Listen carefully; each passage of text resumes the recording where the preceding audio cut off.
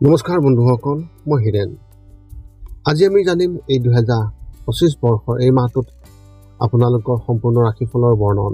এই মাহটোত মকৰ ৰাশিৰ ব্যক্তিসকলে কেনেধৰণৰ ফলাফল লাভ কৰিব। প্ৰথমে মোৰ চেনেলটো আপোনালোকে ছাবস্ক্ৰাইব কৰি ল'ব, যাতে মোৰ পিছৰ ভিডিঅ'বিলাক আপোনালোকে সহজে লাভ কৰিব পাৰে। লগতে মোৰ ভিডিঅ' যদি ভাল লাগে তেন্তে লাইক আৰু শ্বেয়াৰ কৰিব, কমেণ্ট কৰি আপোনালোকৰ মনোভাৱ প্ৰকাশ কৰিব। এতিয়া আহোঁ মূল বিষয়লৈ। আজি আমি জানিম এই 2025 বৰ্ষৰ এই মাহটোত সম্পূৰ্ণ ৰাশিফলৰ বৰ্ণন। আমাৰ সকলোৰে মনত এটা কৌতূহল আছে যে আগন্তুক মাহটো আমাৰ বাবে কেনেকুৱা হ'ব। বহু ধৰণৰ প্ৰশ্ন আমাৰ মনত উদয় হয়, যেনে ব্যৱসায় বা চাকৰিৰ ক্ষেত্ৰত অগ্ৰগতি হ'বনে নহয়, বা কিবা নতুন প্ৰত্যাহ্বানৰ সন্মুখীন হ'বলগীয়া হ'ব নেকি। এনেধৰণৰ বহুতো প্ৰশ্ন।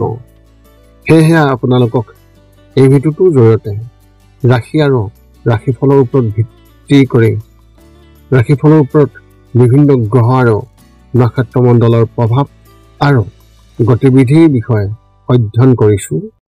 এই কথা মনত ৰাখি আমি আপোনালোকক এই 2025 বৰ্ষৰ এই মাহটোত ৰাশিফলৰ মতে সঠিক মূল্যায়ন কৰিছোঁ, যাতে আপোনালোকে সেই অনুসৰি প্ৰস্তুতি চলাব পাৰে।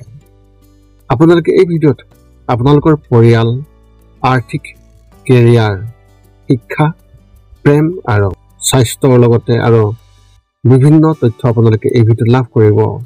ইয়াৰ দ্বাৰা আপুনি জানিব পাৰিব যে আপোনাৰ ৰাশিফলৰ অনুসৰি কি কি প্ৰস্তুতি চলাব লাগিব। গতিকে আপোনাৰ ৰাশিফল অনুসৰি প্ৰস্তুতি চলাওক। অৱশ্যে আপোনালোকক এইটো জনা উচিত যে এই ভিডিঅ'টোত দিয়া যি তথ্য, এই তথ্য কোনো ব্যক্তি হিচাপে নহয়, ৰাশিফলৰ ওপৰত হোৱা যি প্ৰভাৱ, সেই প্ৰভাৱৰ বিবেচনা অনুসৰিহে এই ভিডিঅ'ত উল্লেখ কৰা হৈছে এই সকলোবোৰ তথ্য।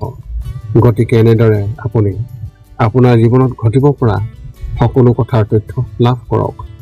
গতিকে কোনো পলম নকৰাকৈ এতিয়া আমি এই 2025 বৰ্ষৰ এই মাহটোত যি ৰাশিফলৰ বৰ্ণন, সেই ৰাশিফলৰ বৰ্ণন আপোনালোকক আগবঢ়াবলৈ আগবাঢ়িছোঁ।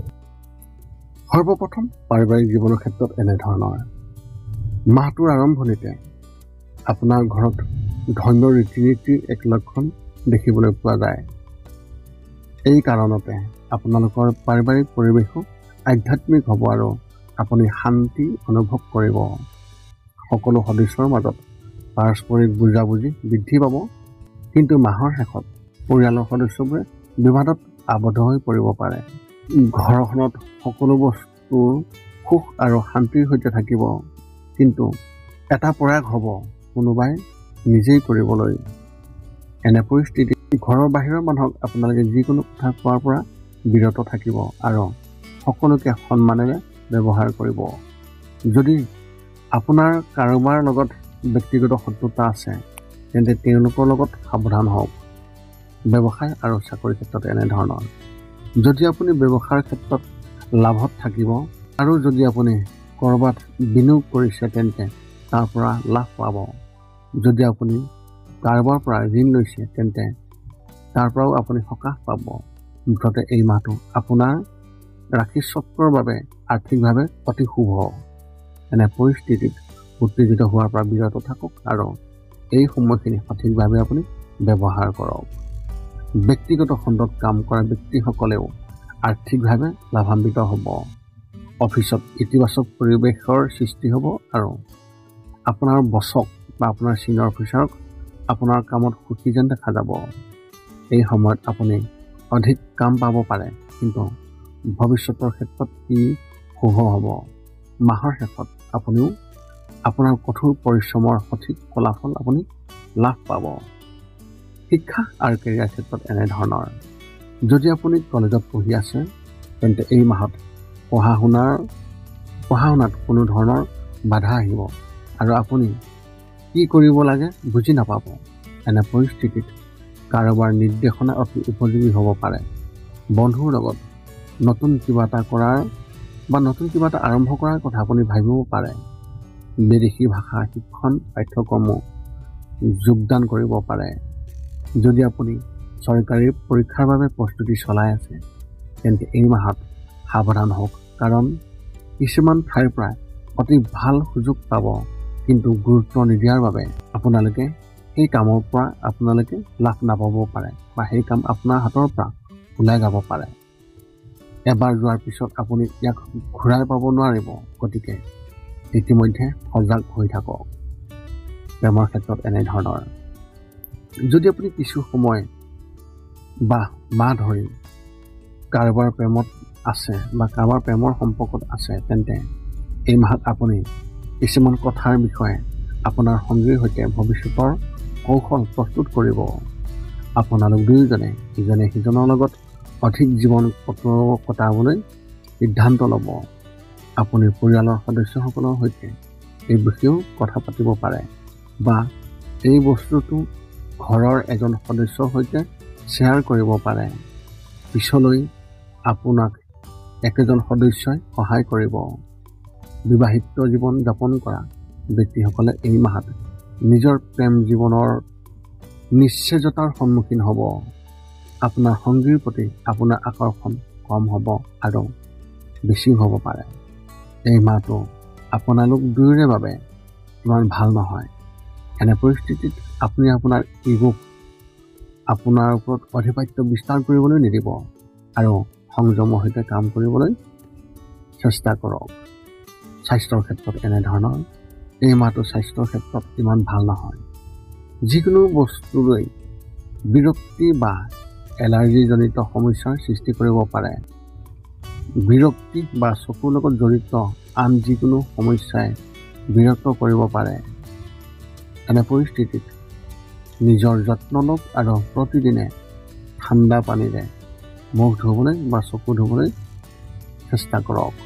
যদিও শীতকালৰ বতৰ, কিন্তু তথাপিও দিনটোৰ বাবে এবাৰ হ'লেও আপুনি ঠাণ্ডা পানীৰে চকু ধুই থাকিলে অতি ভাল হ'ব।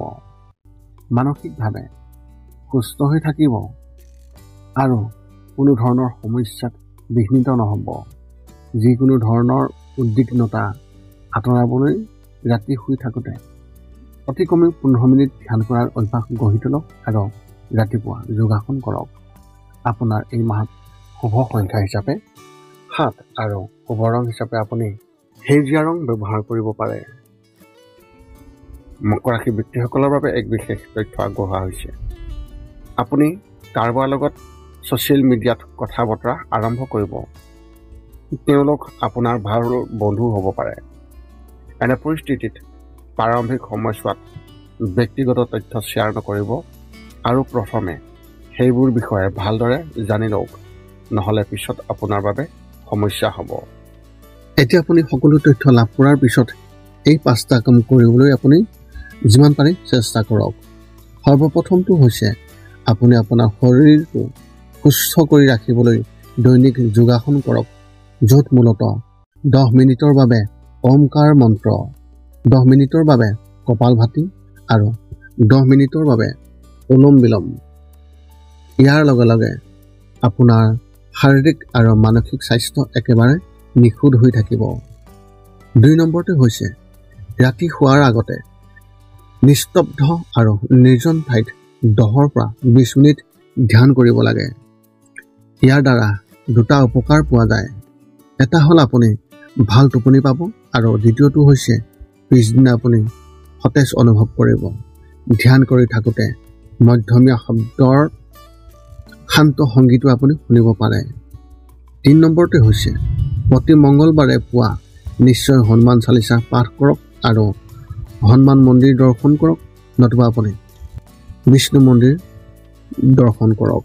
ইয়াৰ দ্বাৰা আপোনাৰ আৰু আপোনাৰ পৰিয়ালৰ যিকোনো সদস্যৰ সংকট দূৰ হ'ব আৰু সদায় সুখ আৰু শান্তি থাকিব। 4 নম্বৰটো হৈছে ঘৰৰ বাহিৰত গৰু আৰু কুকুৰক প্ৰতিদিনে আপুনি পাৰিলে খাদ্য খুৱাব লাগে। খাদ্য খোৱা আৰু যদি পাৰে চৰাই চিৰিকটি আদিকো খাদ্য আৰু পানীৰ যোগান ধৰক। এই পৃথিৱীখন যিমান আমাৰ সিমানেই সিহঁতৰো। নিতৌ ইহঁতক খুৱাই আমি তেওঁলোকৰ পৰা এক আশীৰ্বাদ লাভ কৰিব পাৰোঁ আৰু আমাৰ ওপৰত থকা গ্ৰহবোৰৰ কুপ্ৰভাৱ দূৰ হ'ব। সদশেষত 5 নম্বৰটো হৈছে আপুনি পাৰিলে মাজে মাজে চৌপাশৰ দুখীয়া ব্যক্তিসকলক আপুনি পাৰিলে সহায় কৰক আৰু ভোকাতুৰ ব্যক্তিসকলক আপুনি পাৰিলে খুৱাবলৈ চেষ্টা কৰক। এই আছিল মকৰ ৰাশি ব্যক্তিসকলে এই 2025 বৰ্ষৰ ফেব্ৰুৱাৰী মাহটোত লাভ কৰিবলগীয়া সম্পূৰ্ণ ৰাশিফলৰ বৰ্ণন। যদি আপোনাৰ মনত এতিয়াও যদি সম্বন্ধীয় কিবা প্ৰশ্ন আছে তেন্তে আপুনি আমাক এই ভিডিঅ'ৰ তলত কমেণ্ট কৰি আমাক অৱগত কৰক আৰু আমি আপোনালোকৰ প্ৰশ্নৰ উত্তৰ অতি সোনকালে দিবলৈ আমি সকলো সময়তে সাজু আছোঁ। যদি মোৰ ভিডিঅ'টো ভাল লাগিল তেন্তে লাইক শ্বেয়াৰ কৰিব, কমেণ্ট কৰিব, ছাবস্ক্ৰাইবো কৰিব যাতে মোৰ পিছৰ ভিডিঅ'বিলাক আপোনালোকে সহজে লাভ কৰিব পাৰে। পুনৰ লগ পাম অন্য এটা ভিডিঅ'ত। আজিলৈ ধন্যবাদ।